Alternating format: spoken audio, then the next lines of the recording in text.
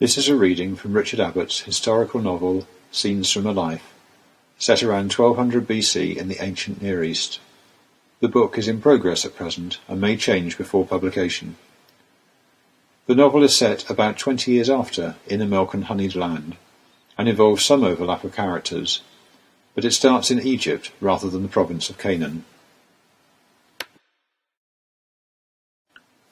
This section is about 2/3 of the way through the book. Makty-Rasut and his companion Milashuniyet have travelled down the river Nile from Waset to the Delta region, and have just arrived at a temple to the goddess Hekhet, where Makty was brought up as an orphan. They followed the edge of the walls around to the main door, which stood open in welcome. A junior acolyte sat in the shade to one side of the opening. She stood as they came through the arch and greeted them. Makty stepped forward and bowed to her. "Lady, I wonder if we might speak to the chief chantress." She looked at them both, took in their appearance, hesitated a moment. "My lord scribe, I can certainly ask the honoured lady if she will meet two travellers. Perhaps she already knows one or both of you? Is there a name I should give her in greeting, or some particular purpose to your visit among us?" "She will never have met my companion, the lady Milashuniyet called Shunaya. But," and his voice faltered for a moment, "but I grew up as a child in this place. I left here as a boy when I was made apprentice to the craftsman Teti Seneb, just outside Min Nefer.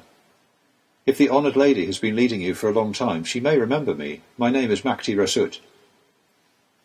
She nodded and looked at him more closely.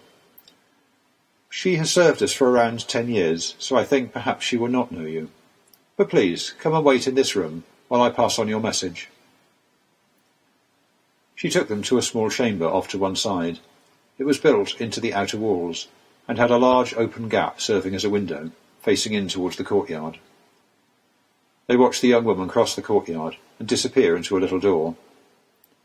"They must have moved the place where the chantress has her rooms. They used to be up those stairs over there."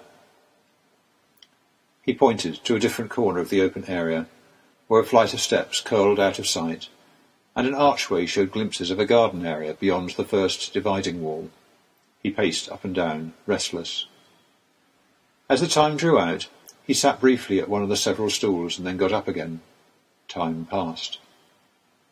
Eventually, the door ward who had greeted them crossed the courtyard again, accompanied by the chantress, a considerably older woman who walked slowly with the help of a long stick, limping heavily as she came.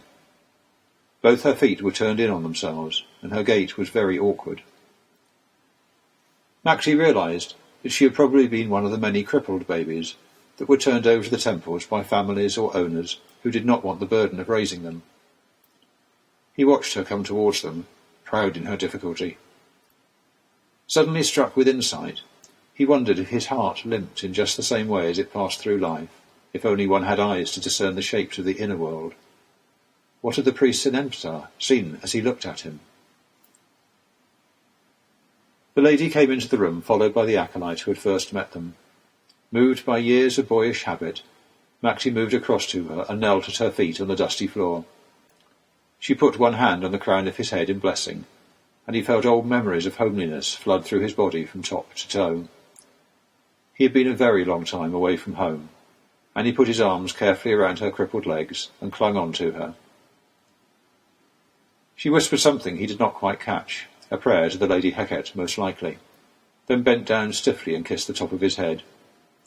She straightened again, and he reluctantly loosened his grip on her.